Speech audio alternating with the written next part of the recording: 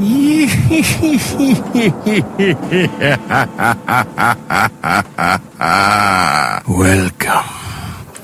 to Biff's Mystery Theater.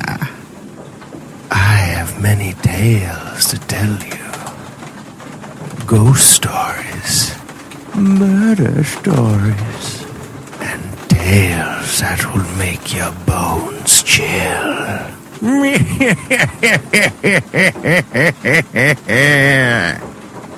Join me, won't you?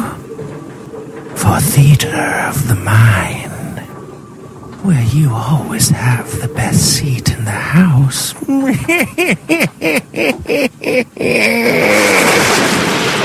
Now close your eyes and turn off the lights.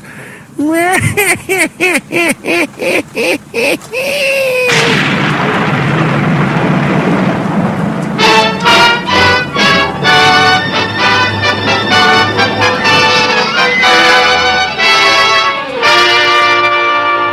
F.W. Fitch Company presents Dick Powell as Private Detective Richard Rogue.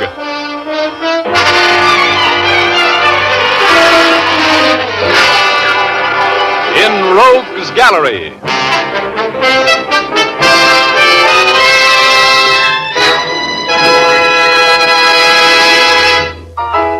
Rogue speaking. Well, tonight you're going to meet some charming people.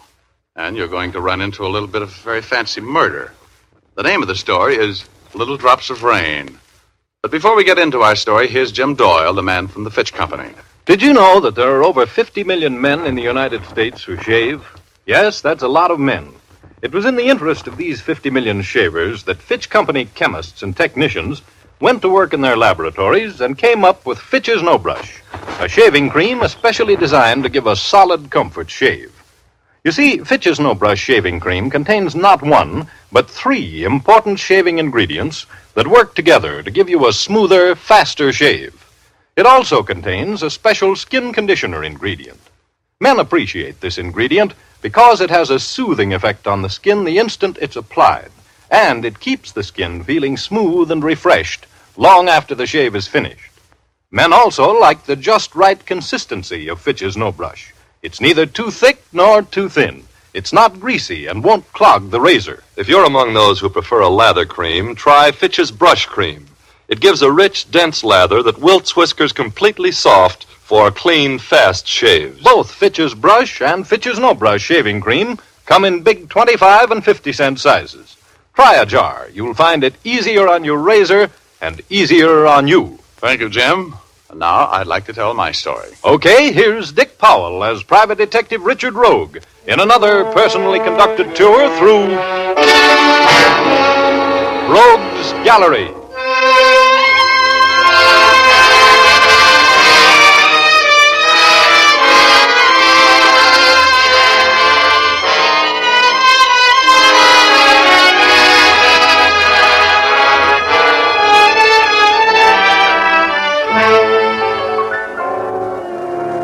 Well, I'm still confined to my little cranked-up downy couch in the hospital, but not as still as I was last week. I am now allowed to get up and totter around a little, and I use the word totter advisedly. My legs act like strangers who have different political beliefs, and my knees have suddenly developed sideways hinges. But my nurses, my nurses. Yes, they're beautiful and tender and resistant. And speaking of nurses, nurses are girls, and girls are my favorite pastime. And that brings me up to the girl who has done the most to confuse my life. Liza, the girl I was so sincerely in love with a couple of months ago. Liza was in to see me. She just left, and we were talking about the time when I showed up at her apartment for a date.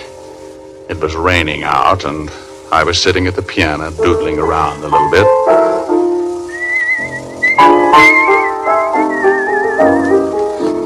I don't want to go to a nightclub tonight, Richard. I'm too tired. Let's just go to a show, shall we? Anything you say, baby. That's the kind of a guy I am. I want to see Two Girls and a Sailor. It's playing at the Rialto. June Allison's in that, isn't she? Uh-huh. Uh-huh. Oh, that's for me, then. You think so? Definitely. You think she's prettier than I am?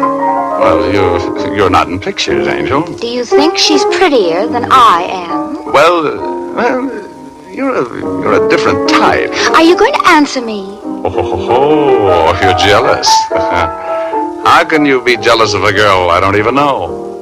Give me a kiss. No. Oh, but baby, I love you. I love you like anything. Tiff. All right. Pop then. I don't care. June is busting out all over the meadow and the hill. Busts are busting out of bushes, and the Robin River pushes every little wheel that wheels beside a mill. June is busting out all over. The feeling is getting so intense that the young Virginia creepers have been hugging the bejeepers out of all the morning glories on the fence, because it's June. You're insufferable, Richard Rogue. Oh, now quit pouting. Come on over here, on the bench by me. Are we going to a show or not? Sure. Get your lipstick on again, and we'll see what... Oh. I'll get it. No, I'll answer. It's probably George. Oh, George. Well, I'll tell him, that homewrecker. Hello. Is Mr. Rogue there? Speaking. This is your call service, Mr. Rogue. We got a call for you. Oh. Who is it? Mrs. Harvey Burgess says it's very important. Okay, put her on. Right. Oh, put her on. Who is it? Shh. Hello? Richard Rogue speaking. This is Mrs. Harvey Burgess. Yes? I must see you at once, Mr. Rogue. Oh, well, anytime tomorrow, Mrs. I Burgess. must see you tonight, immediately. It is most important. Well, can't you tell me about it over the phone? Oh, no. Could you come to my house at once? What's the address? 485 Hillcrest. You'll be well paid for your time. Please hurry. I'll be right out, Mrs. Burgess. Wait for me. I'll be right back, honey. Go on. Go on out to see Mrs. Burgess. Don't mind me, Dick Tracy.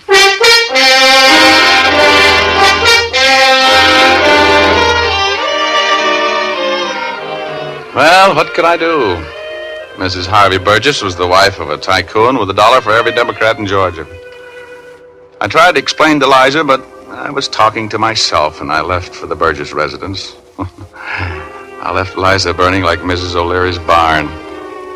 The Burgess mansion was a huge colonial affair. George Washington could have slept there every night. He was at Valley Forge and never seen the same room twice.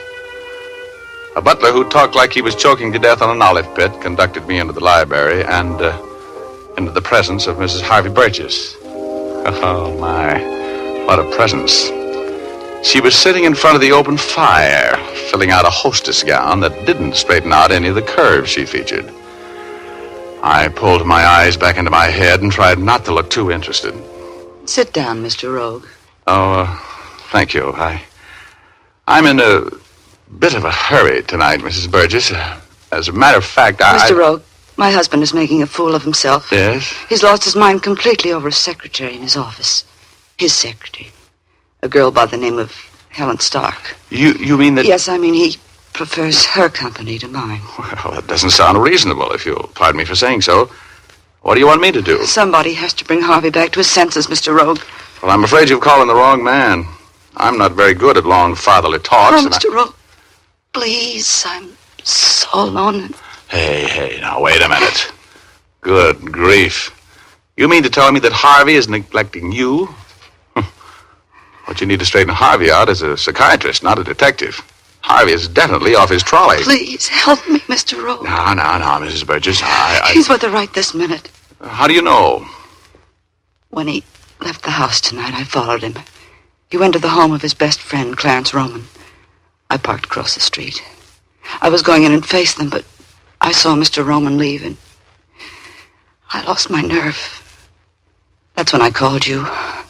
Oh, Mr. Rogue, I want you to go out there and talk to Harvey. Tell him I know all about him and that Stark girl, and I'm suing him for divorce. Well, that's not my kind of work, Mrs. Burgess. I'm sorry, Please. but... I don't want a divorce, Harvey. But I do want him back. And I'm sure that if you will do as I say, he'll come back. You must do it for me, Mr. Rogue. Here. Oh, where is it? I have $500 here in an envelope. You did? Oh, wait a minute here. Let me see. Oh, is this it? Yes, that's your fee. For going out there with me, Mr. Rogan. Trying to bring Harvey back to his senses. You'll do it for me, won't you, Mr. Rogue? Well, You'll do it for me, won't you, Mr. Rogue? Okay, come along.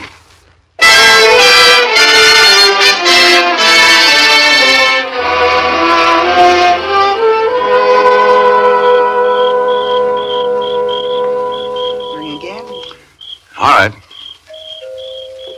Well, it seems there's nobody home. There's my husband's convertible out in front, right where he left it tonight when I followed him out here. How did the girl arrive? In her car. Oh, her car isn't here. It was right behind Harvey's. Looks like we got here too late, doesn't it? Try the door. I know Harvey's still here. All right. You're an old friend of Roman's, I suppose. Yes. Why? I just want to know before I try to open the door. You see, there are laws against that sort of thing. Door's unlocked. Do we go in? Yes. Okay, after you. You know the house better than I do. Go ahead. All right. The living room is over here. Nobody home. Look, Mrs. Burgess, we better get out of here. No. I know Harvey's in this house someplace, and I'm going to find him. What are you sniffing for? Wait a minute. That smell in the air. You get it? What? Oh. I don't smell anything. You don't? I smell chloroform. Chloroform. Yeah. You take a look upstairs. I'm going to shake down the first floor. That smell of chloroform can mean trouble, you know. Mr. Rogue, what do you mean? You're frightening me. Mrs. Burgess was very fetching when she was frightened, but I calmed her down a little bit. Now, this may sound fantastic, but I've got a little bell in my head that rings an alarm every time I really get around serious trouble.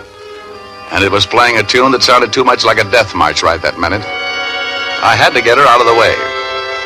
She finally went upstairs, and I went to work. I took the living room first and looked behind all the couches and in all the dark corners. I was bending over, looking under a huge Italian carved table when I thought I heard a stealthy footstep behind me. Don't move. Oh!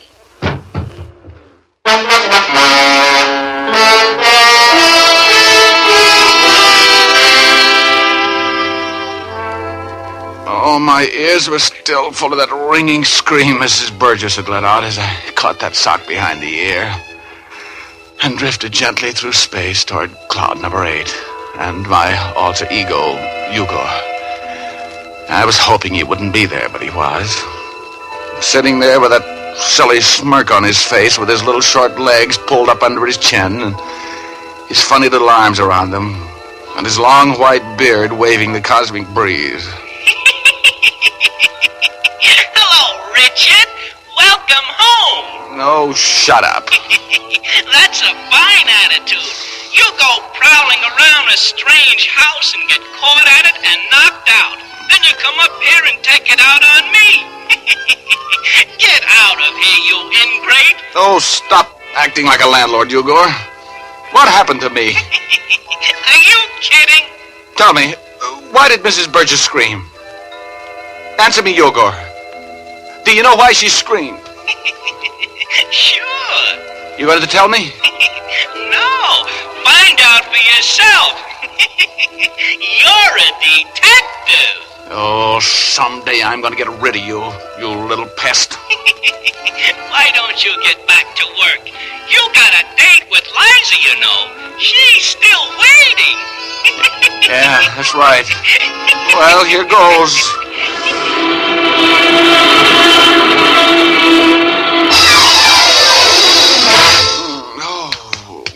Come on, Rogue. Please, come on. You didn't have to hit him so hard, Clarence. Oh, who hit me? I'm Clarence Roman, Rogue. I came home, I found the front door unlocked, I walked in, I saw a strange man prowling around my parlor. A woman screamed, and I hit you with my cane. Oh, well, what do you carry for a cane? A ball bat? Why did you scream, Mrs. Burgess? I found my husband upstairs. He's dead, murdered!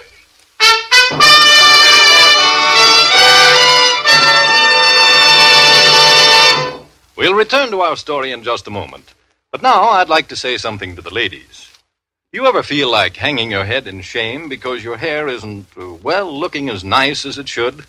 Perhaps you get discouraged because every time you shampoo your hair, it seems dry and difficult to set.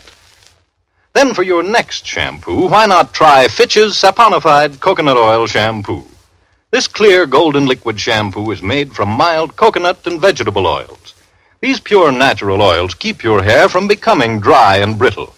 When you use Fitch's Saponified shampoo, you can have a shampoo as often as you like, and after each one, your hair will be soft and lustrous, easy to set into your favorite hairstyle. You'll love the glorious quantities of fragrant lather this shampoo makes. It cleanses thoroughly and then rinses out completely without a special after-rinse. You see, Fitch's Saponified shampoo contains its own patented rinsing agent. All you do is rinse with plain water, and the rinsing agent contained in the shampoo ensures the removal of all particles from your hair, making it sparkle with cleanliness. Ask for Fitch's Saponified Coconut Oil Shampoo at your drug counter, barber, or beauty shop. Look for the bottle with the bright yellow label.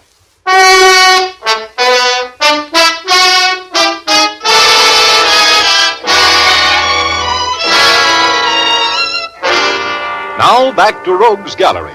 Richard Rogue is telling our story. Well, I had accepted a case for Mrs. Harvey Burgess, a suspicious wife. Yes, that's the Mrs. Harvey Burgess of the Burgess Millions. She suspected her husband of having a rendezvous with Helen Stark, his secretary, at the home of Clarence Roman, Burgess's best friend, and we went out there together. Nobody answered the door, so we went in. My suspicions were aroused when I smelled the unmistakable odor of chloroform. Mrs. Burgess was looking around upstairs while I searched the downstairs. Suddenly I heard Mrs. Burgess scream. My husband! Upstairs! He's dead! Murdered!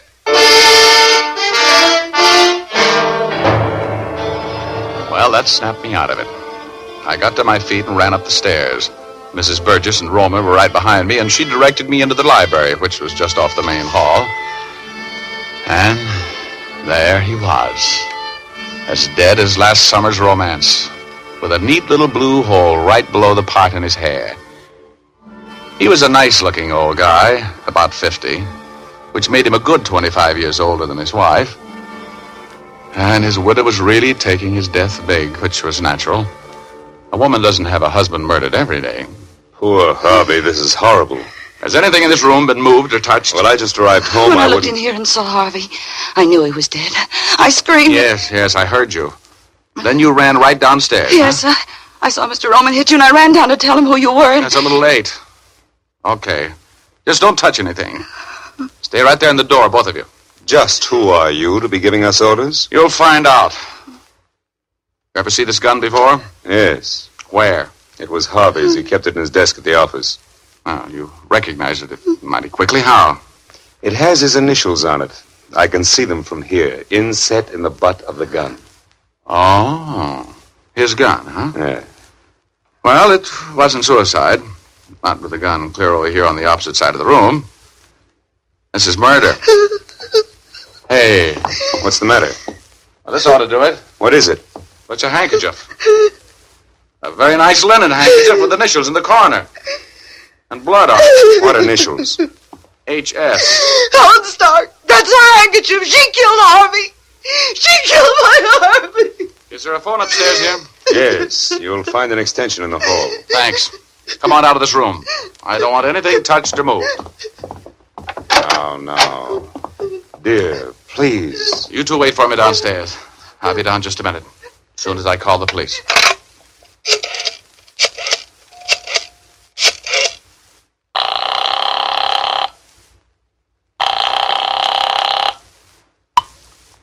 Homicide, Urban speaking. Hello, Urban. Richard Rogue. Yeah, who's dead? Harvey Burgess, wise guy. You mean it? You mixed mixed up in another murder, Rogie? Sure. You'd never find a body if it wasn't for me. Where are you? At the residence of Clarence Roman on Cypress Avenue, 2120. Better get the boys and get out here. Be right there. Got any leads on the killer? Yeah, a couple of vague ideas. Stay there until I get there, Rogue.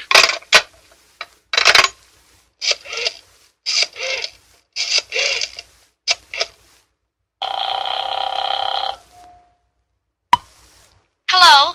Oh, hello, Liza, darling. This is Rogie. Oh, you know what time it is? Oh, sure, honey, I'll but... give you 10 minutes to get back here and take me to that show. What?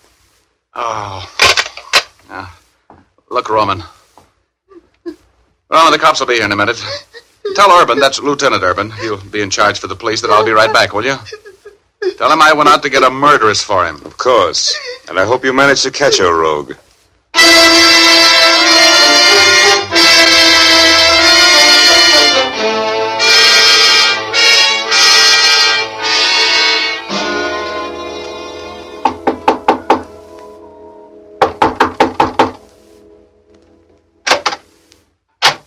Yes? Good evening. Is Helen Stock at home? I beg your pardon. I'm a bit deaf. I couldn't hear you. Oh, I said, is Helen Stock at home? Oh, Helen? No, she isn't home this evening. Has she been home? I say, has she been home in the last hour? No, she hasn't. I don't know what time to expect her either. But I imagine she'll be home soon, though. You know where she is? Well, she didn't come home from the office tonight. She's working late. Oh, she called you and told you she wouldn't be home? Yes. She said she was going to work with Mr. Burgess. That's her boss, you know, the millionaire. Yes, well, thank you. Could I tell her who called? No, that won't be necessary, thanks. Thanks very much, Mr. Stock. You and Helen live here all alone? Yes, since her mother died several years ago. Are you an old friend of Helen's? No, a very recent acquaintance. Oh. I'm sorry I bothered you, Mr. Stark. Good night. Good evening. Nice out after the rain, isn't it? Yeah, sure is. Good night. Good night.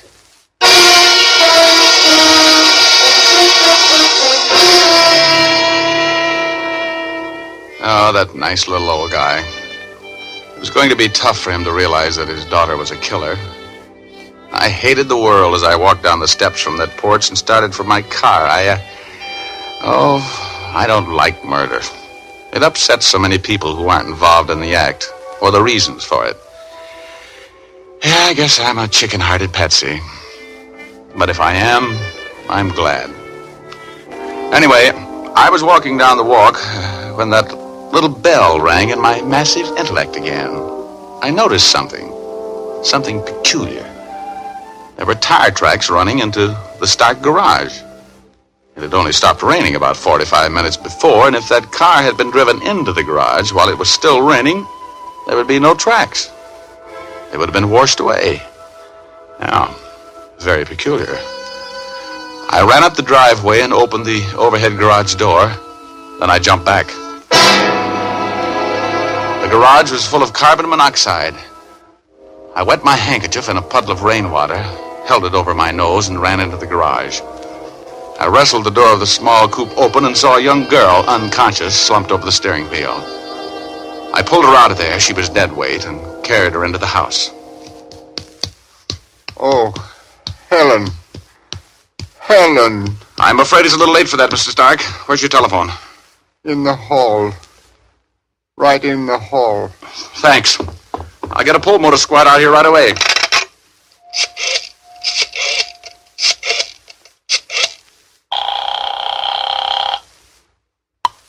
Fire department. Get a pulmotor squad to 640 Inglewood Drive. Attempted suicide. Bad shape. Rush it. Right.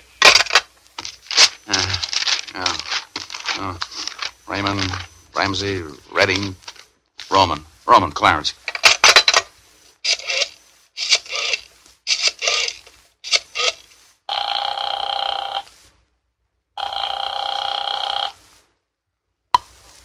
Hello? Hello, Hello, Lieutenant Urban, please. This is Richard Rogan. It's important. This is Urban speaking, Rogue. I thought I told you to stay here. Look, never mind the argument. Get out here to 640 Inglewood Drive. I've got Helen Stark for you. You have? Nice work. I want to talk to that young lady. Well, you missed the boat. I think she's dead. Suicide. Carbon monoxide poisoning. Step on it. Okay, Rogie, I'll be there in 10 minutes. Don't go away.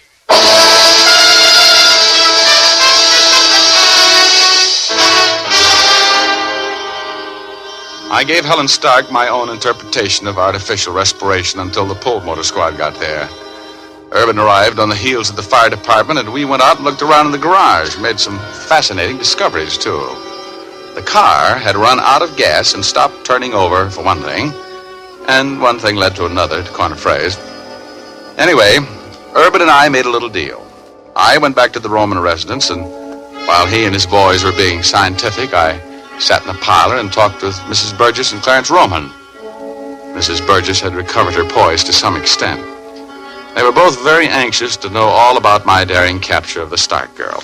I'm glad she's dead. I couldn't stand a trial. I'm glad she committed suicide. Yes, I guess it seemed like the only way out. She wasn't very smart about murder, leaving clues all over the place the way she did. Even the cops would have had her in 24 hours. How well did you know the Stark girl, Roman? Rather well. I'd see her around the office a great deal. Harvey was, well, not very discreet about the fact that he was fond of her. Please, Clarence. Harvey's dead. We should forget those things. He was a good husband. I don't know what life is going to be like without him. I just have an idea that it's going to be pretty simple, Mrs. Burgess, and possibly rather short. What do you mean? I mean that the police suspected you and Mr. Roman murdered your husband and Miss Stark. That's a serious accusation, Rogue. Your husband was suing you for divorce, wasn't he, Mrs. Burgess? He knew you were going to be there with Mr. Roman, his best friend, tonight. So he came and surprised you with Helen Stark for a witness, didn't he? And you, Mr. Roman, you killed him, and then you had to kill Helen Stark to shut her up. This is preposterous. Sit down, Roman. You were right, Rogie. We found Roman's fingerprints on the steering wheel of Helen Stark's car. One of the boys just got back with a report that Roman's shoe is a perfect fit in that shoe print outside Stark's garage. I had nothing to do with it. Clarence killed Harvey, and then he chloroformed that Stark girl, and then... You're in this as far as I am. Shut up! I've got more news for you, Roman. Helen Stark isn't dead. The car ran out of gas just in time. She'll be there to appear against you when you're tried for murder.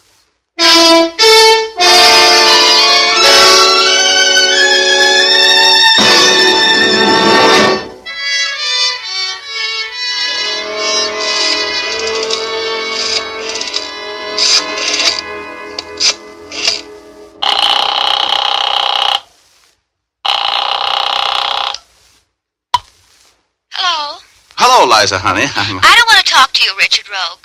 I'm busy. Oh, now, honey. The lady says she's busy. Yeah? Who are you? His name is George. Good night, chump.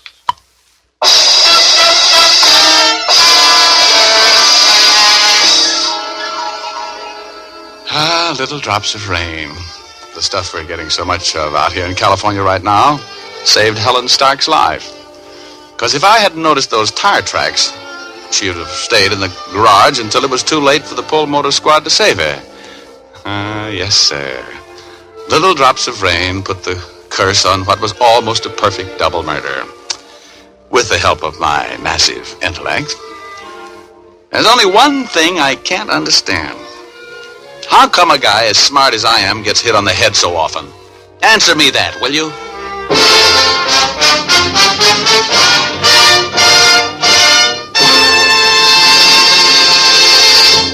This is Dick Powell again, ladies and gentlemen. How did you like our little story tonight? Ray Buffum wrote it. Leith Stevens composed and conducted the music, and Dee Engelbach produced and directed. Don't forget to tune in next Thursday night. We're going to present a strange story of a house where everybody was scared. We call it the House of Fear. So make a date with us, will you?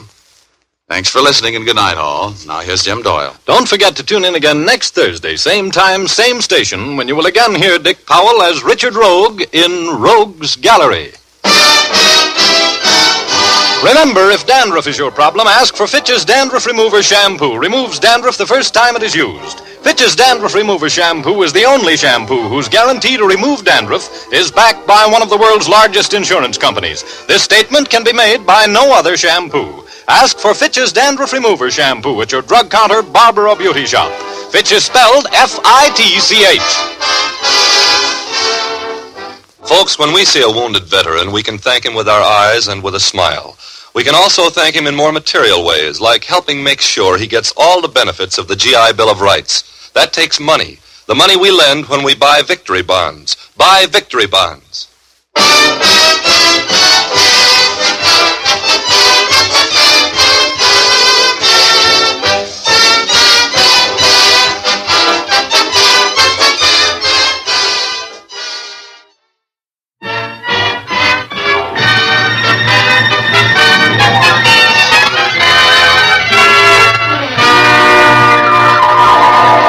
The F.W. Fitch Company, makers of those fine Fitch products, presents Dick Powell as Private Detective Richard Rogue in Rogue's Gallery.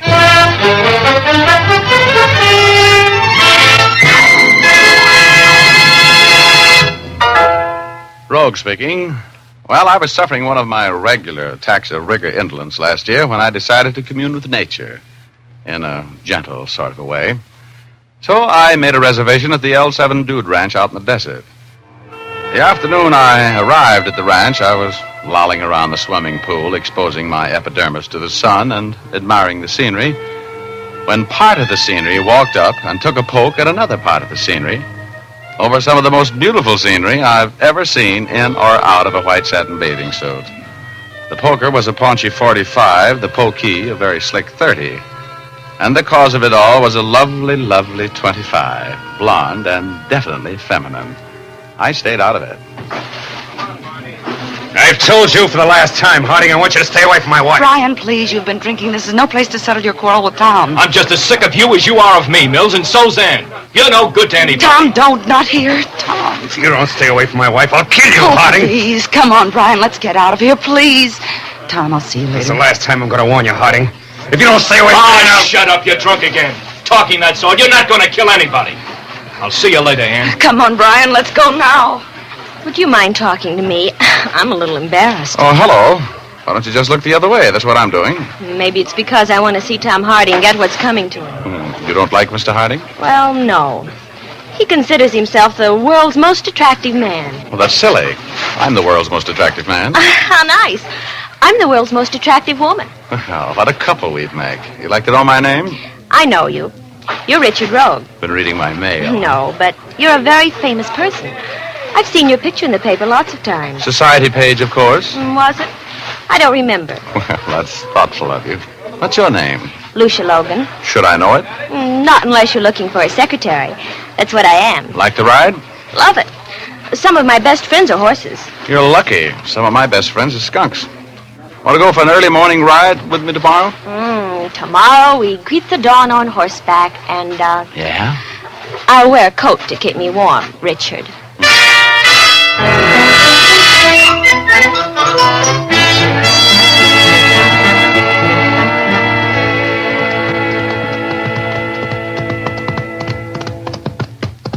You know, Lucia, darling, this scene brings out the Gene Autry in me. Yes, sir. If I had my guitar, I'd sing for you, so help me. Oh, bury me not on the lone prairie. Yeah, this is for me, baby. Yep, someday I'm going to save enough money to buy me a ranch out here, and then I'm through with the crowded city. Yep. Me for the wide open spaces, with my dogs and my horses And a pretty little partner to cook and sew. and milk the cows and throw down the hay into the horses' stalls. I'm not listening anymore. Oh? What's ever happened to the pioneer woman? Richard, look. Where? Over there, where I'm pointing. There's a man lying there. Huh? Yeah. Come on. He's hurt. Must have been thrown from his horse or something. Yeah. I can't hang on, Richard. Well, take it easy then. Whoa, boy. Whoa, whoa. Settle down. Whoa, whoa. Oh. Oh, no. This couldn't happen to me. Who is it, Richard? It's Tom Harding, baby. Stay on your horse. Is he unconscious? No. He's been shot. He's dead.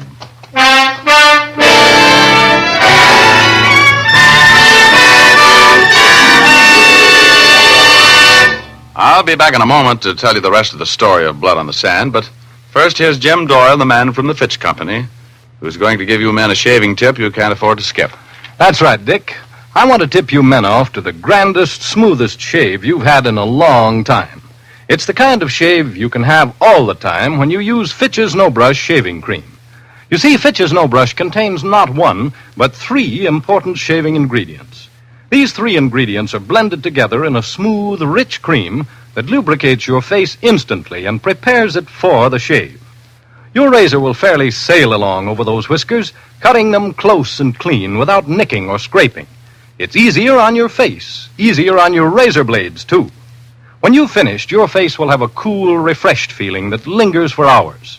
No fooling, fellas, for a really solid comfort shave, switch to Fitch. Men who say there's nothing like lather to give a smooth, swell shave will find Fitch's brush cream is tops. It gives a rich lather that stays moist longer, rinses off easier. Next time, make it Fitch's shave cream, either brush or no brush type. 2 handy, economical sizes, 25 and 50 cents. And now here's Dick Powell again as Private Detective Richard Rogue.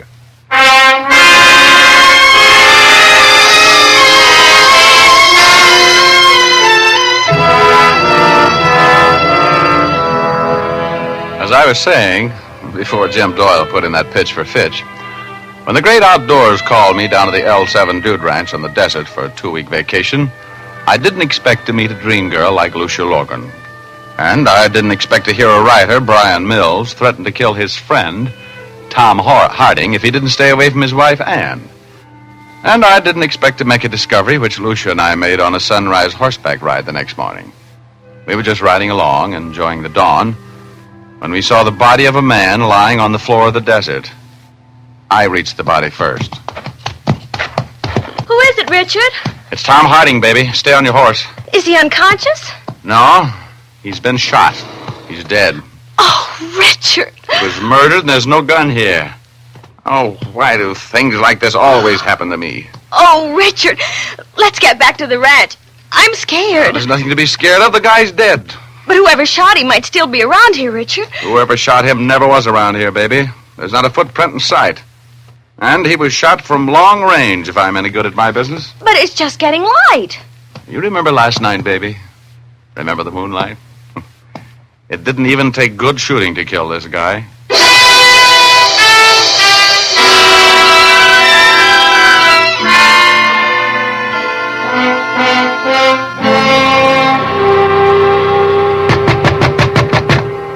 Come in. Hello, Rogue. Oh, hi. You're Sheriff Kane, I take it from the badge. That's right. I just got back from looking at that body you found for me this morning. Yeah? He was shot with a .32-20 rifle, a deer gun. No kidding. Wow. Have you figured out where the killer was when he did the shooting? My boys are checking. You, going to help me out on this case, Rogue? I'm on a vacation. Well, I can use any help you want to give me. I'll swear you in as a deputy. No, thanks, Kane. Believe me, I want no part of it. I'm up here for a rest, and I'm going to have it. Well, let me know if you change your mind. I sure will. Oh, by the way, any ideas on who would want to kill Hardy? Well, I just got here yesterday afternoon. I don't know anything about the guy. But you heard his life threatened yesterday at the swimming pool, didn't you? Oh, you know about that, huh? Mm-hmm. I just wanted to know how much you weren't going to cooperate, Rogue. Well, I knew somebody would tell you. Now, just leave me out of it, Kane. I pass. Well, sorry. I'll see you later, Rogue.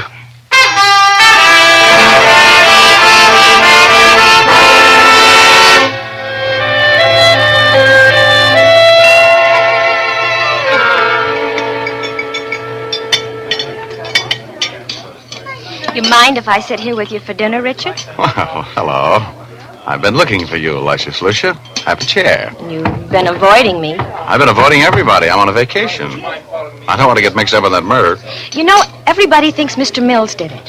What do you mean, everybody thinks so? Well, I think so. He threatened to kill Tom. You heard him. Well, how about Mrs. Mills? She was having trouble with Harding, too, wasn't she? Yes, but I still think it was that drunken husband of hers. Oh, well, you do, huh? Yeah. You want a tip from me, baby? What? Don't be going around having hunches about murders, and if you have them, shut up about them. Stay out of it. Well, the sheriff won't let anybody leave the ranch. You came here for a week, didn't you? How about a ride in the morning? We didn't get very far with that one this morning, did we? Mr. Rogue? Yeah? Oh, Hello, Mills. Could I see you for a moment, Mr. Rogue? Well, I'd like to eat my dinner if they ever serve it. Oh, perhaps later, huh? Well, what do you want to see me about, Mills? In your professional capacity, Mr. Rogue. I'm not in my professional capacity. Could I drop by your cabin later this evening? Well, sure, if you can walk that far, I'll be there. Thank you. My goodness, you're popular. Just like being with a movie star. Yeah. So how about that horseback ride in the morning? Want to try it again? I'd love to. Such exciting things happen when I go for rides with you.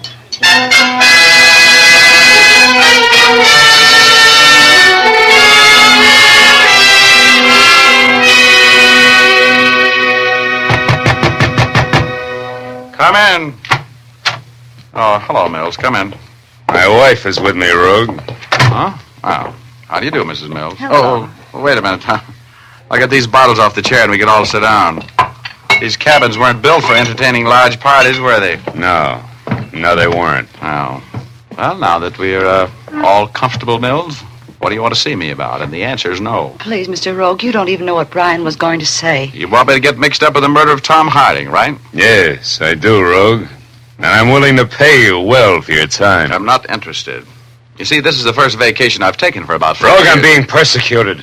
That hick sheriff, he's been hounding me. Sheriff Kane seems to be a pretty astute officer. Did you kill Harding, Mills? No, he didn't. He was with me all that evening, all that night. I told the sheriff that. Brian was never out of my sight. My wife can give me a perfect alibi, Rogue. I'm not the sort of man who kills people, and I'm not going to be hounded by a country sheriff. Look, Mills, I'm sorry if you're being hounded, but I'm on a vacation, so I don't want... You must protect my husband, Mr. Rogue. He's not a murderer. The sheriff suspects him because he and Harding had words yesterday. I heard the words. One of them was kill. You threatened to kill Harding, didn't you, Mills? He was annoying my wife. Why, nobody would have ever heard of him if it hadn't been for me. A writer. Couldn't even write home for money. Harding was a horrible pest, Mr. Rogue. He wouldn't let me alone. Yeah, so I've heard. So, just what was the relationship between the two of you and Tom Harding? He and I have been collaborating on plays for years. He was engaged to Anne when I married her a year ago. Since then, he's been giving us nothing but trouble. I never loved him, but I couldn't convince him of that. And I know one thing. My husband didn't kill him. I'll give you $500 to work on this case for me, Rogue. What do you expect me to do? Find the real murderer. Protect me. Convince that stupid sheriff I couldn't have killed Harding. All right, give me the 500. Got it with you? Yeah, I got it with me. Okay, now here's what I'll do. I'll try to locate the real murderer, whether it's you or whoever it is. And when I find him, I'll turn him over to the sheriff. Understand? Yes. But, Rogue, I didn't kill Tom Harding.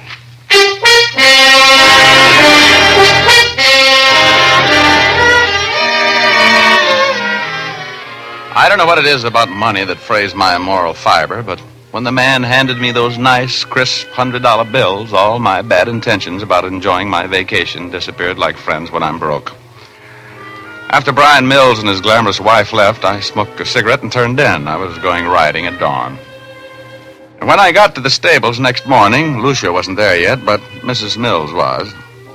She was wearing a riding habit to which no horse nor man would ever say nay, and of all things, a pair of pigskin play shoes.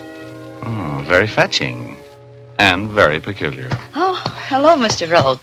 You off for a morning ride? Yes, I mentioned it last night. Remember? Did you? Oh, I guess you did. I was so upset about Brian's trouble with the sheriff. You are going to help him, aren't you, Mr. Rogue? He's such a sweetheart, and scandal would ruin him. Sure.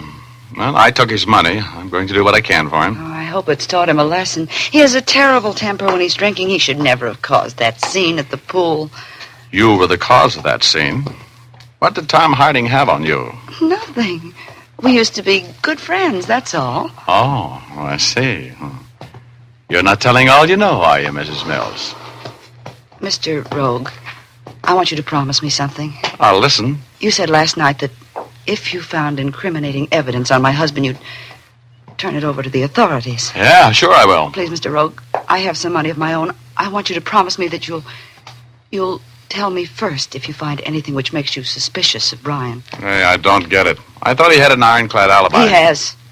And besides, Brian couldn't kill anybody. I want to do everything I can to protect him from worry and persecution. Look, I know how you feel, Mrs. Mills.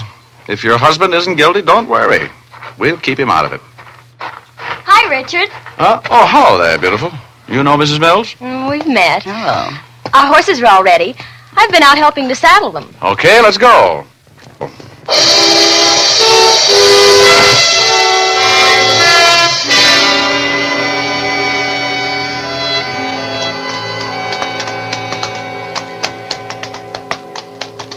I don't like this, Richard. Climbing mountains on horseback. What do you think of Mrs. Mills? I don't. There's a method to my madness, baby. I'm a working man today. You are? Who are you working for? Secret. You've decided to get mixed up in that murder, haven't you? Yep, something nice happened to me. That's what we're doing here at the spot where we located that body. I was sighting in on this pile of rocks. Are you being mysterious? No, not especially. Today I'm being a detective. You see, Angel, Harding was shot with a deer gun. Everybody knows that. I'm no detective, and I know that. Okay, but do you know enough to figure out where the shot came from? By the way the body fell? I don't even care. I came out for a horseback ride, and I want to enjoy it. This is no fun, walking a horse up the side of a mountain. Well, we haven't far to go. Just stay with me a little longer. And to think I turned down a date with that nice-looking blonde boy from San Francisco this morning. Oh, look, are you going to stop beefing? Oh, boy. Why are you stopping, Richard? Oh, I just want to look around here a little bit. Oh, boy. What are you looking for? I'm prospecting for lead, maybe with a copper jacket. Come on, we're walking from here. Oh, no.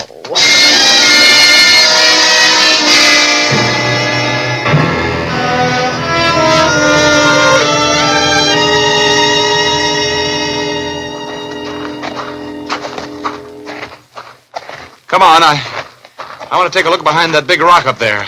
I'm going to be so stiff, I won't be able to dance tonight. Good. We'll set them all out someplace near the punch bowl. Oh, no. I'm going to be with that blonde boy from San Francisco. And if you so much as ask me for a dance, I will... What's the matter? Look. Look there on the ground behind that boulder. Where? Oh, those little copper things. They're shells, aren't they? They certainly are. 3 empty shells. 3220s. Look out, don't touch them. I want them for fingerprints. Do you think they're the shells that killed Tom Harding? I'm willing to bet they are, baby. I think we just put the finger on a murderer. Richard? Yeah? Look down there. Where? Way over there on that next peak. The sun's flashing on something. Oh, yeah, I see it. Somebody is looking us over with a pair of field glasses, I think. Probably the murderer. He wouldn't like to see us looking around up here. What are you putting in your pocket?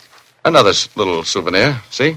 Oh. Get on, baby. Get on. That was a rifle bullet. Get on here behind this rock.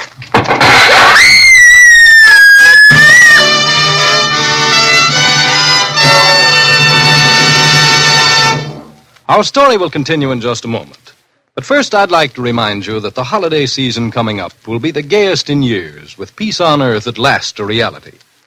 You ladies will undoubtedly want to keep in the spirit of things by accentuating your costumes and hairstyles with gay, sparkling jewelry so popular now. But remember, dull, drab-looking hair is not the kind of background you want for your jeweled hair accessories. Try using Fitch's saponified coconut oil shampoo to give your hair luster and a jewel-like sparkle. Fitch's saponified shampoo is made from mild coconut and pure vegetable oils, so it won't dry your hair. Even immediately after washing, your hair will be soft and shining, easy to set into your favorite holiday hairstyle. Using Fitch's saponified shampoo will take only a few minutes from your busy day, too. Just a little shampoo makes mountains of fluffy, fragrant lather. And since Fitch's saponified shampoo contains its own patented rinsing agent, you won't have to bother with a special after rinse. To keep your hair looking radiantly lovely at its holiday best, use Fitch's saponified coconut oil shampoo.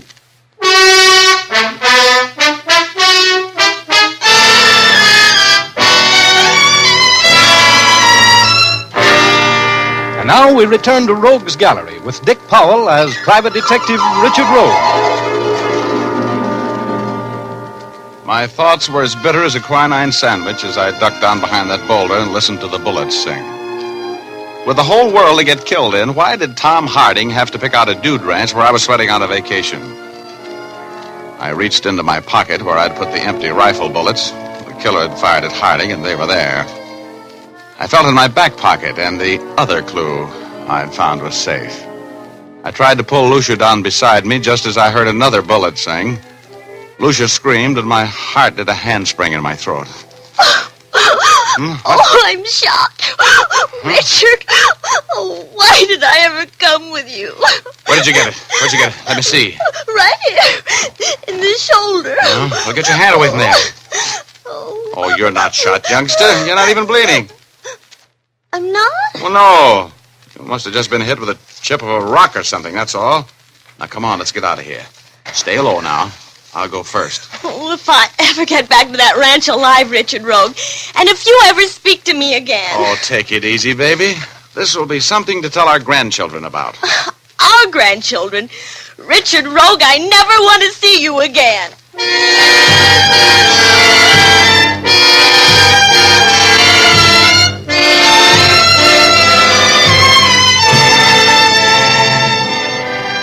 We got back to our horses and got back to the ranch house all right.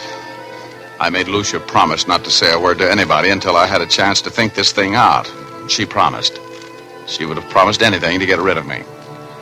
I went to my cabin to look over the stuff I'd found up there behind that boulder, and as I opened the door to my cabin...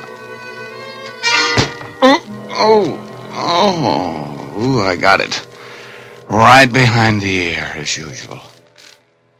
I watched the stars go by for a while, and finally I grabbed on the tail of a comet and didn't let go until I was within dumping distance of cloud number 8. And there he was. My alter enemy, Ugor. You're a little late tonight, Rogie. Yeah, what happened? Somebody wanted to know what you found up there on that mountain. You should have stuck to your vacation, Rogie. Well, whoever it was, I'm going to have them over a barrel in a few minutes. Oh, I got to get back there. Help me. Oh, you better rest a while. I can't. So long, Midget. See you next week. So long, Rogie.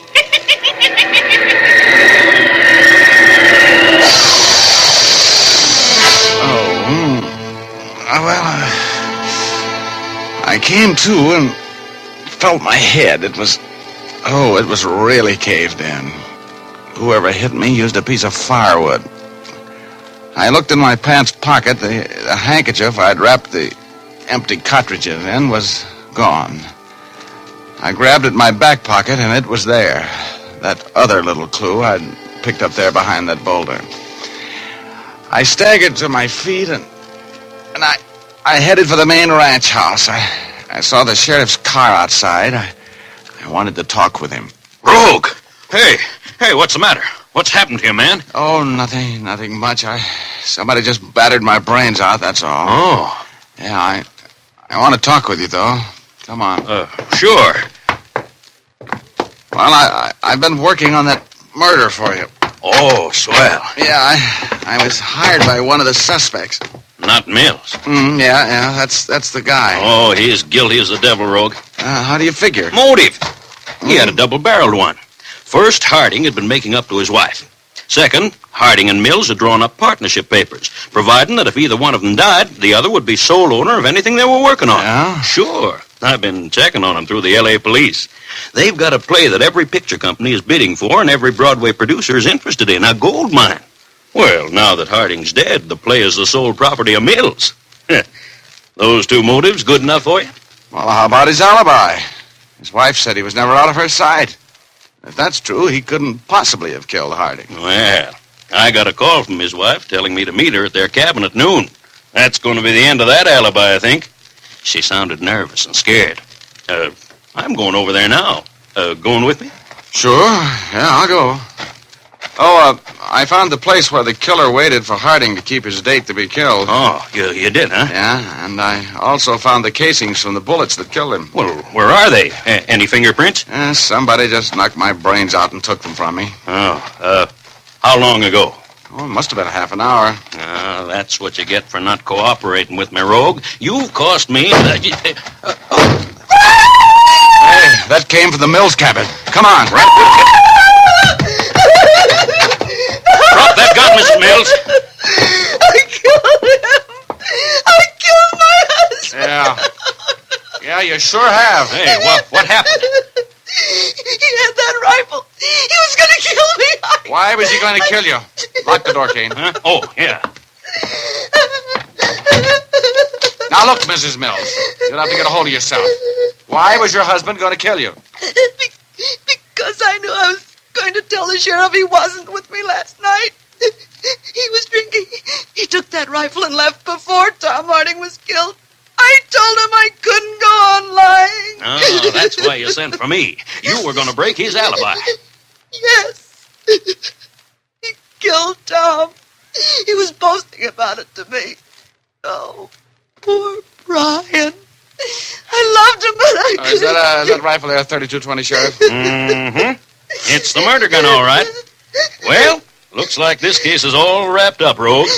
I'm sorry, Mrs. Mills. Look, Sheriff, this case is all wrapped up, all right, but not the way you think. Mills never killed anybody. Why, what do you mean? I mean, Mrs. Mills missed something when she beat my brains out and shook me down for those cartridges a while ago. I don't know what you're talking about. Hey, you better have something to back that up, Rogue. If I haven't, I'll take the rap. Look, Kane, you see those fancy ladies' cowboy boots over there in the corner? Yeah? Get away from them. Hold. I got her. Bring those boots over here, Kane. Let go of me. Okay, Rogue. How about letting me in on it? Well, half the heel's gone off the left boot, isn't it? Yeah? Let go of me. If you don't stand still, Mrs. Mills, they're going to slug you. I've got that broken boot heel right here in my pocket, Kane, and I had a witness when I found it this afternoon. Up there behind that boulder where Mrs. Mills here waited for Tom Harding to keep his date with her and a couple of slugs from a 32-20. Well, that's the end of the story. Mrs. Mills didn't want her husband, and she didn't want her old boyfriend. She just wanted to own that play everybody was fighting for. So when her husband threatened her boyfriend, she went into action. She invited Tom Harding to a rendezvous on the desert and shot him to death. And then when her husband was suspected of the crime, she gave him an alibi, so she could kill him later and swear it was self-defense. She would have gotten away with it, too, if it hadn't been for that half of boot heel. The minute I saw it lying there behind that boulder, I thought of her Western riding habit that morning and the pigskin play shoes. That started my massive intellect to work, and of course, when that happened, that was all. I also remembered the faint odor of her expensive perfume just before that log knocked my brains out. And, well, after the excitement was over and I had combed the lump out of my hair, I went over to see Luscious Lucia. Oh, you. Oh, hello, dear. I just thought I'd drop over. I told you I never wanted to see you again. Oh, well, she was a little on the chubby side anyway. You know what I mean?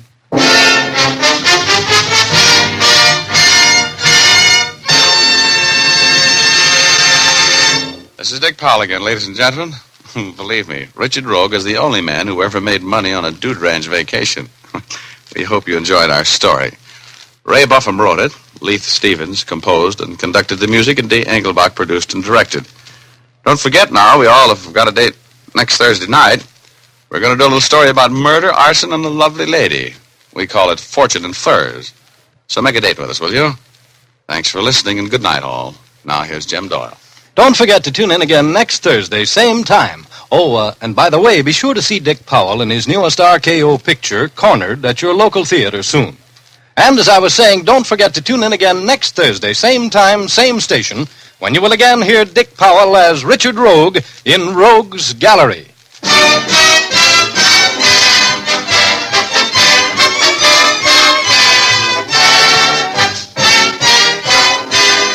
Remember, if dandruff is your problem, ask for Fitch's Dandruff Remover Shampoo. Removes dandruff the first time it is used. Fitch's Dandruff Remover Shampoo is the only shampoo whose guarantee to remove dandruff is backed by one of the world's largest insurance companies. This statement can be made by no other shampoo. Ask for Fitch's Dandruff Remover Shampoo at your drug or toilet goods counter, barber or beauty shop. Fitch is spelled F-I-T-C-H.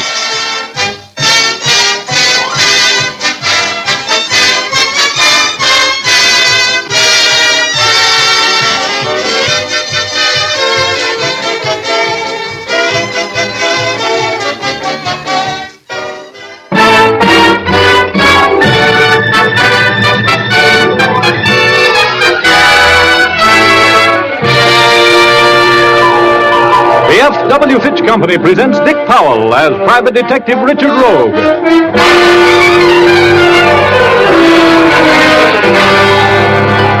In Rogue's Gallery.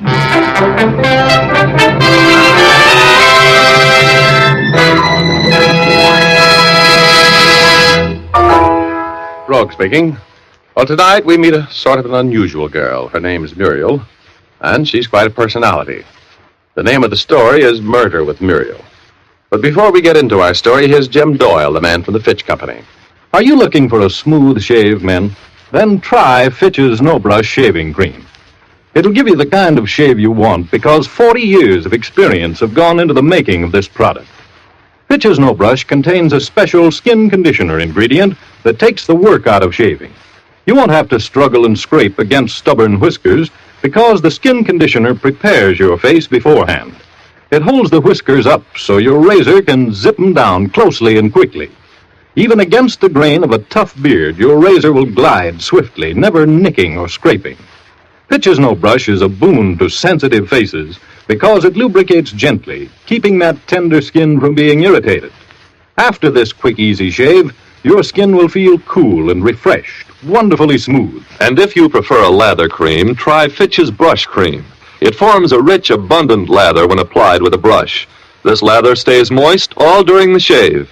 Fitch's Brush Cream also contains the special skin conditioner for sensitive faces. Fitch's Brush and Fitch's No Brush Shaving Cream are available in handy 25 and 50-cent sizes. For a shave you like, switch to Fitch. Thank you, Jim. Now I'd like to tell my story. Okay, here's Dick Powell as Private Detective Richard Rogue in another personally conducted tour through Rogue's Gallery.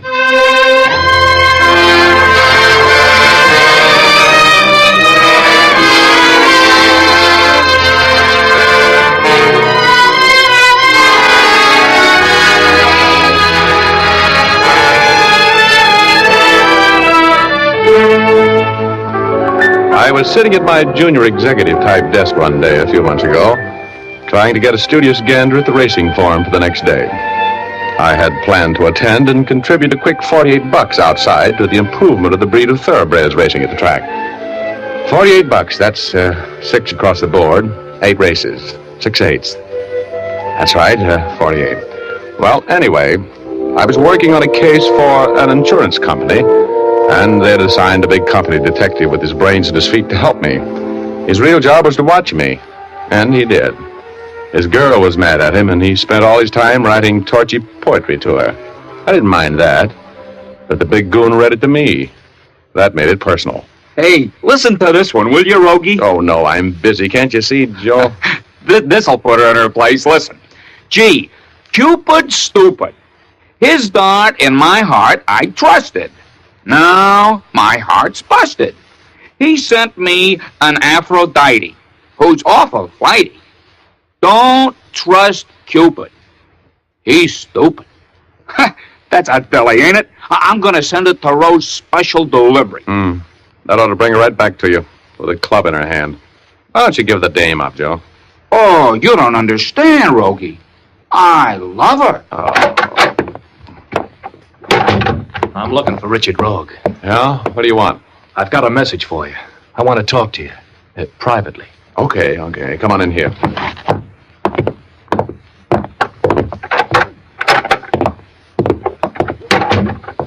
Look, I'm a busy guy today. What do you want? What's your name? I'm Joe Layton.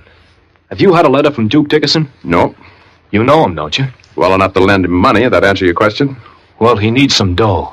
Tough. He still owes me. He's got some stashed in a tin box out in the valley. He wants it. He wants us to get it for him. Go on. He's planted the dough out in the valley. Yeah? Get to the point. Well, he's mailed half of a map to me and the other half to you. A map showing just where the dough is buried. We're to go get it together. I get the $2,500 he owes me, and you get the $100 he owes you, plus $1,000 for the job. And Duke gets the rest. Okay? Sure. I'll take a drive out in the valley for 1,100 skins anytime. But I haven't got the map yet. Well, he mailed it day before yesterday. It should be here. Well, it isn't. Drop around about noon tomorrow. Maybe it'll come in the morning mail. The Duke needs the dough pretty bad. He's got himself in a bit of a jam in Kansas City. We'll get that dough tomorrow, huh?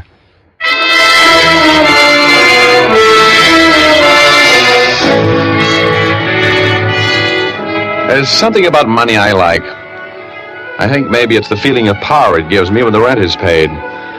Anyway, this spook shoved off, and I went back into the outer office where Joe Black was poison penning some more poetry.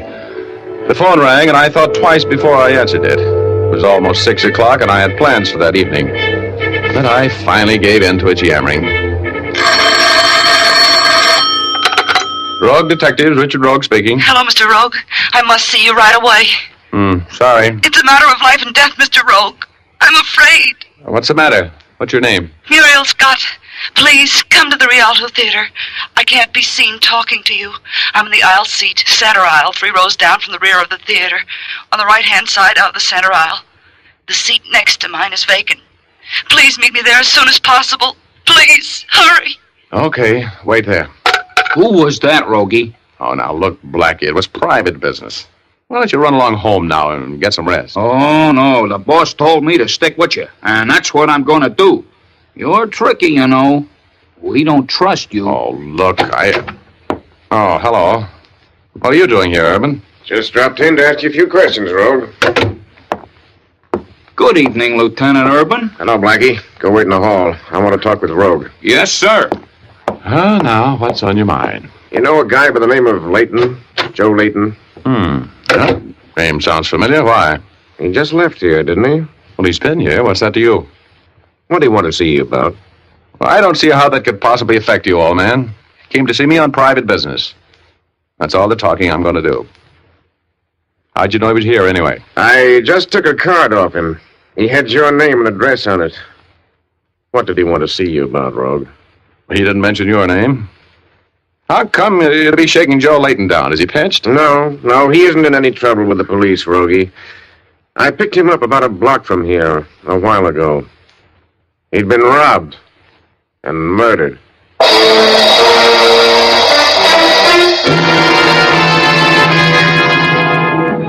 Well, this was a fine time for Joe Layton to get dead. Just when he meant $1,100 to me. I went down to the morgue with Urban to look at the body. What I really went for was a quick look through his personal effects. There was no sign of half a map. That's all I wanted to know. Urban put me on the fire for a while, trying to get me to tell him all I knew about Layton, but I didn't crack, and I left about 10:30 to drive back to my office. My shadow, Blackie, was right behind me. When I walked into the office, the phone was ringing. Rogue Detectives, Richard Rogue speaking. Mr. Rogue, you didn't come to the theater. Oh, I'm sorry, Muriel. Something else came up that demanded my immediate attention. But I must see you right away. It's a matter of life or death. But I can't. There's a $500 fee waiting here for you for just a few minutes' work. Please, Mr. Rogue. Huh? Oh, where are you? I'm at the Shady Glade Motel out in the valley. You know where it is? Oh, sure. I've passed it 1,000 times. Will you come right out? Please. Cabin number 4. You say there's $500 waiting there for me? You got it there? Yes. Please hurry. I'm frightened to death.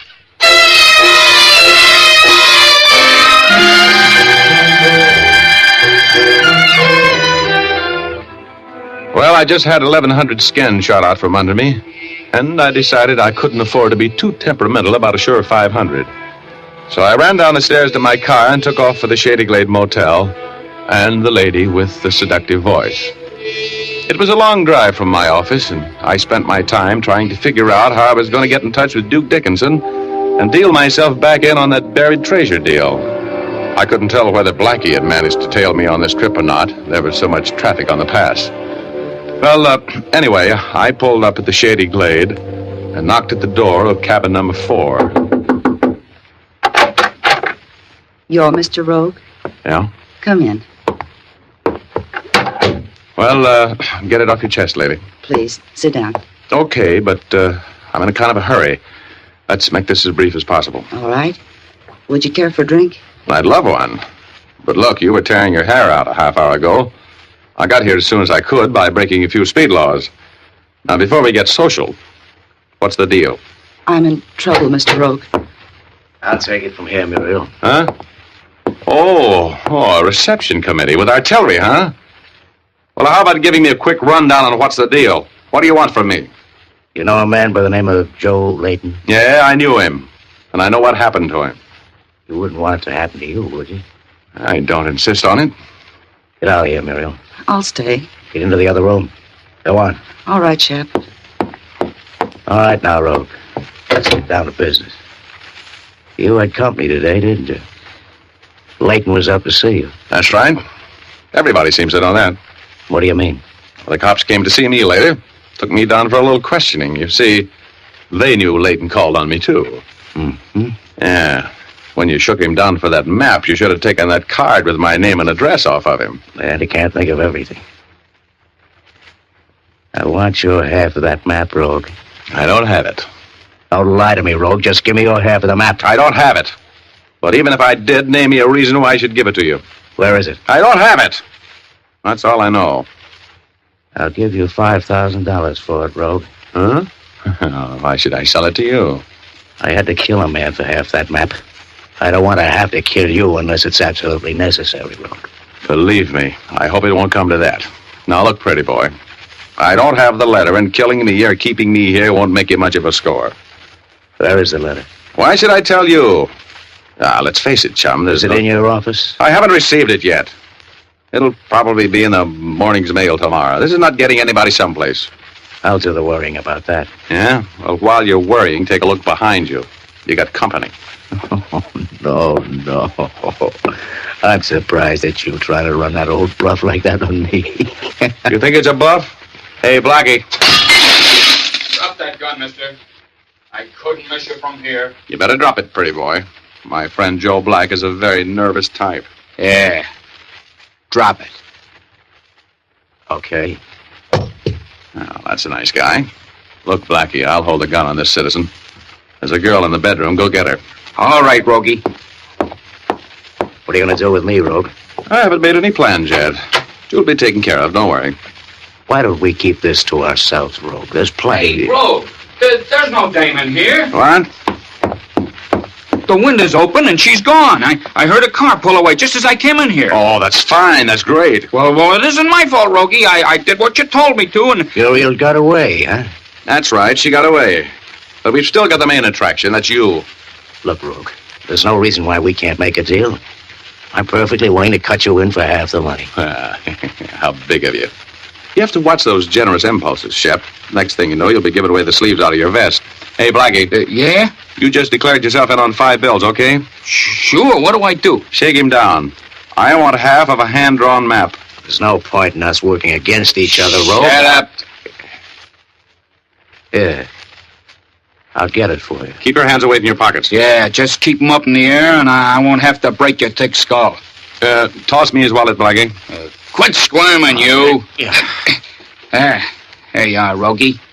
And a nice wallet it is, too. Maybe you'll let me have it, huh, Rogie? After you've taken the map out, of course. That's what I love about you, Blackie. You have such big ideas. Well, quite a bit of dough here. And a driver's license. Glad to see that you're a law-abiding citizen, Shep. Oh, now, here it is. A little piece of paper worth $25,000. Now, look, Rogue. Suppose I work with you. Just cut me in for $5,000. A little late for that, Shep. Blackie. Yeah? I'm afraid our friend Shep might be a burden. You better put him to sleep for a while. You mean like this? Oh. You're so enthusiastic, Blackie. Now let's get him tied up and slip him under a bed until we need him again, shall we? Of course. Hey, hadn't we better call in the cops, Rogie?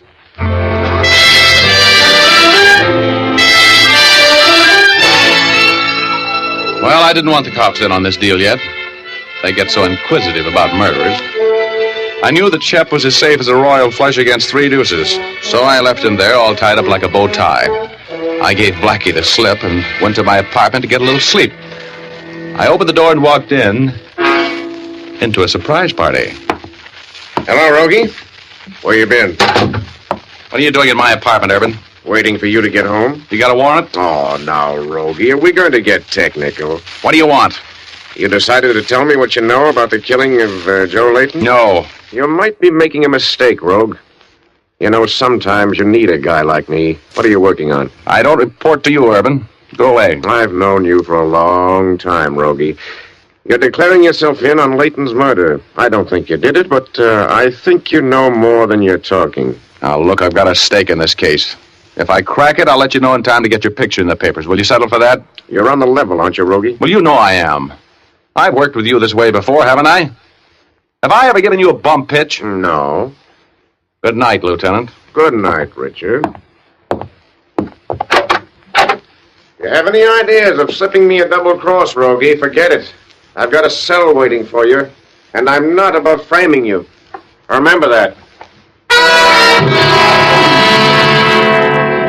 I knew Urban wasn't kidding, and I had an impulse to call him back and tell him about the murder I had put away for him in that motel. But I thought better of it. As the door closed behind Urban, I heard another door open behind me. Hello, Mr. Rogue. Muriel. Why, honey, this is... Put up your hands. Huh? I'm going to get that map if I have to kill you.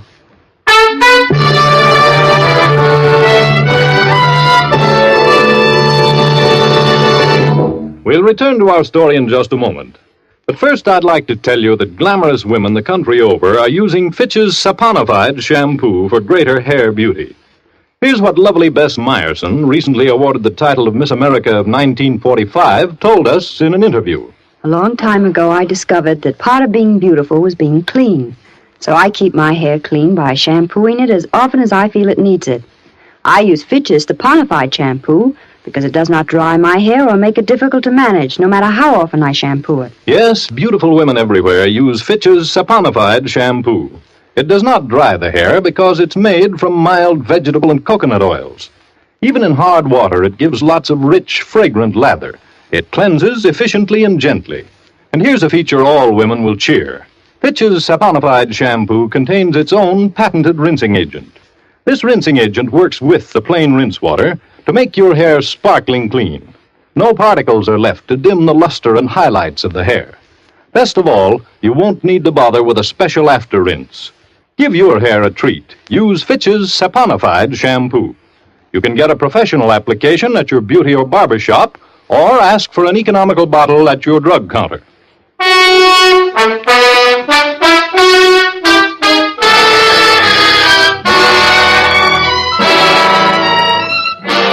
Richard Rogue is involved in an affair concerning $25,000 in buried treasure. There's a girl in the affair named Muriel Scott, and right this minute, the lovely Muriel is an uninvited guest in Rogue's apartment, where she's holding Rogue at the end of a .45 automatic.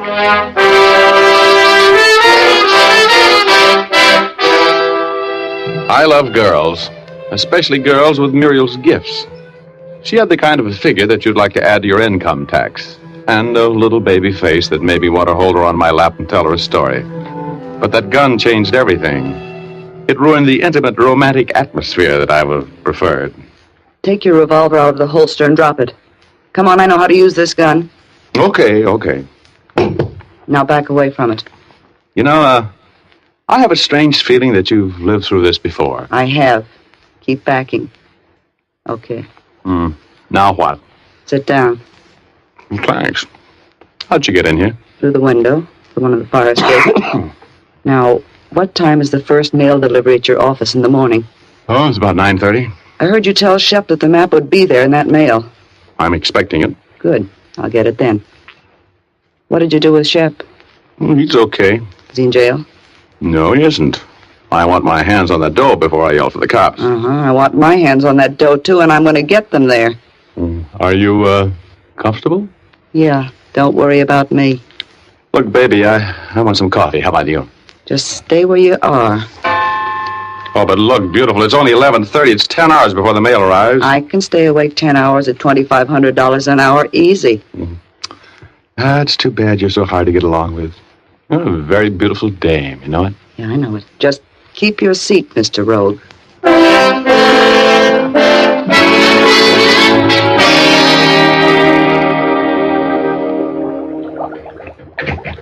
I don't know whether you're going to like coffee the way I make it or not, Muriel. It'll be all right. Are you sure you don't want me to hold the gun while you make the coffee? Go ahead, make the coffee and stop talking. Okay, beautiful. Yeah, but you'd better listen to my proposition. We could do a lot together with 25 grand. Ever been to Rio?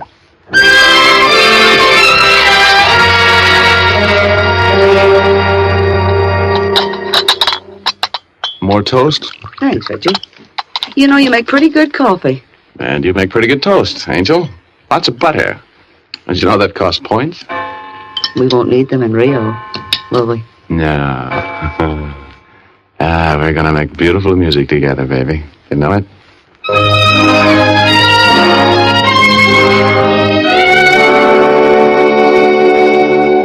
How did you ever get mixed up in a deal like this, anyway? Oh, he came through Pittsburgh. I know the town well. He spent a lot of money on me, and I thought I was living. You're too nice a girl to go around pointing guns at people. What did you do with that cannon, anyway? I left it on the kitchen table. Oh. You comfortable? Uh-huh. A few more hours and you can go pick up that money, huh, baby? Yeah. 25 grand. You know something, honey? What? I can just barely remember Shep.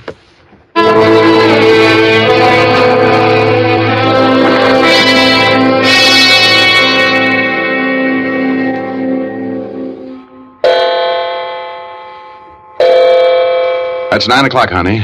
Let's get going, shall we? We'll just about make it, huh? Yeah. I hope that map's in the morning mail, don't you? Well, it will be, don't worry. Come on, I'll help you with your coat. Mm-hmm. Hey, where'd you get it? It's a nice mink. Shep stole it. For me.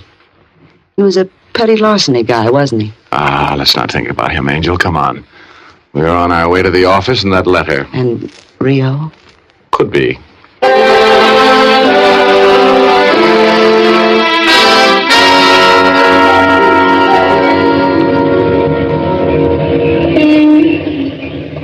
Well, we're here. Now, you stay in the car. I don't know whether there'll be any cops up there or not. And if I'm not back in 5 minutes, shove off. And I'll meet you in the lobby of the Hotel Bellevue in an hour. Oh? You're not going to take me to the office with you? No. Then leave me the half of the map you took from Shep.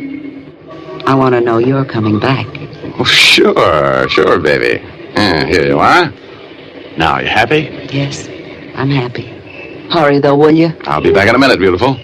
If I'm not, remember what I told you to do, huh? I'll be in the lobby of the Bellevue if you aren't back in 5 minutes, right?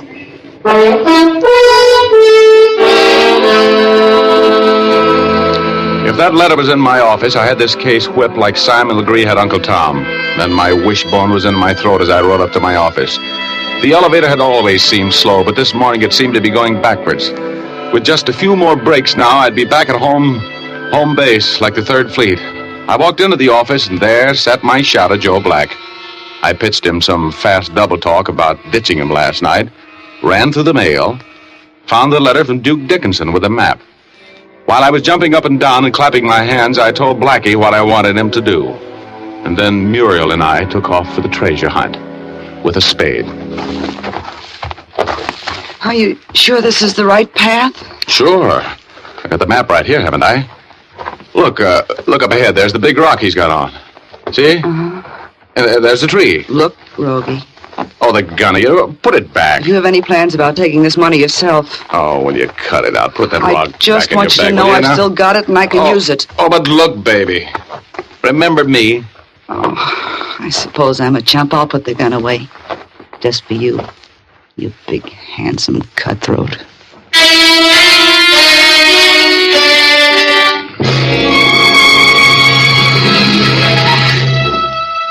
Well, I paced off the location of that hidden treasure just like it said on the map, feeling a little like Captain John Silver as I did it, and then I exposed my poor, aching back to the unaccustomed labor of making a hole in the ground with a spade. I will never be a fan of digging. I like my spades 5 at a time, preferably running from the ace down to the 10 with a lot of dough in the middle of the table instead of in the middle of the pasture. But I dug. Richard, are you sure you're digging in the right place? Sure. We sighted in on that tree and that big rock. And if that petty larceny crook of a Duke Dickinson thinks this is funny, I'll personally hit... Hey, pay dirt. Hear it? Yes. Hurry, Rogie. Dig it out. Well, do you want this shovel? I'm digging as fast as I can. There it is. See the top of it? Be there. 25,000. Well, baby, there it is. 25 grand. You want to count it? Let me have it, Rogie. Here, baby, you take care of it for a while, huh? Put it in your bag and let's get back to town and celebrate, beautiful. All right. Just hold that close. Both of you, hold it. Hey, what is this? Shut up. Give me your bag, lady. Come on, lady. I don't want to have to shoot any holes in that pretty dress you're wearing. Come on, give me that bag. No, I won't. Next time I slap you with this rod. Now, give me that bag. Get your hands away from that coat there, mister. Thanks. Now, march. You look familiar to me, tough stuff. Yeah? Maybe I'd better put you away, huh? Duke Dickinson must have sent out a bulletin to all his friends. Shut up. Lay down on your faces, both of you. Now! Shut up, lady! I just shot a couple of holes in your tires, that's all. Now, just take it easy and don't move until I'm out of here. Thanks for the dough.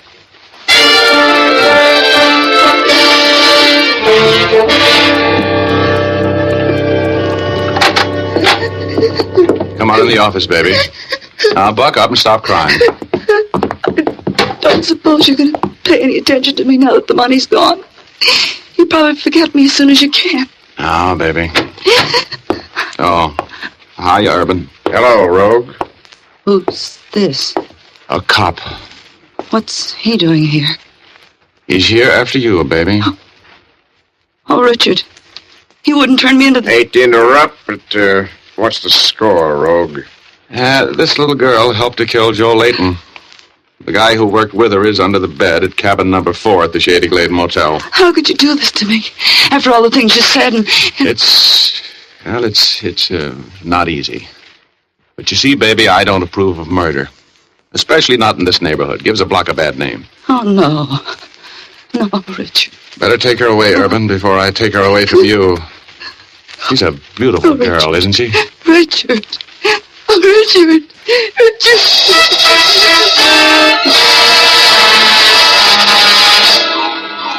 Well, that's the story. Of course, you recognize my old friend Joe Black as a hold-up man. You see, I figured that when Muriel and Shep went on trial, I would have less explaining to do if they thought some stranger had finally come up with the 25 grand. I gave Joe his 500 like I said I would. He beefed a little, but he took it. And then I took the 100 Duke owed me and 1,000 for the job that was agreed on, and then I took the 2,500 that Joe Layton was supposed to get and sent it to Muriel's mother. Layton didn't have any use for it in the morgue. And I sent the rest to Duke in Kansas City. Made a nice score altogether, but I still wake up in the middle of the night when I dream of Rio and Muriel and that trip we were going to take. The money's spent, but the dreams linger on. They're wonderful.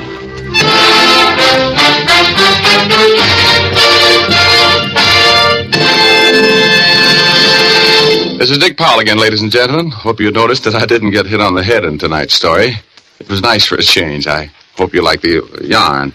Ray Buffum wrote it, Lee Stevens composed and conducted the music, and D. Engelbach produced and directed. I want to remind you to make a date with us the next Thursday night. We're going to get mixed up in a strange affair about a photograph. We call it photo finish. Be on hand for the developing, will you?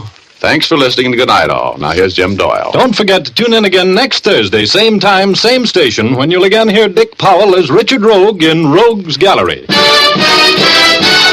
Remember, if dandruff is your problem, ask for Fitch's Dandruff Remover Shampoo. Removes dandruff the first time it is used. Fitch's Dandruff Remover Shampoo is the only shampoo whose guarantee to remove dandruff is backed by one of the world's largest insurance companies. This statement can be made by no other shampoo. Ask for Fitch's Dandruff Remover Shampoo at your drug counter, barber, or beauty shop. Fitch is spelled F-I-T-C-H.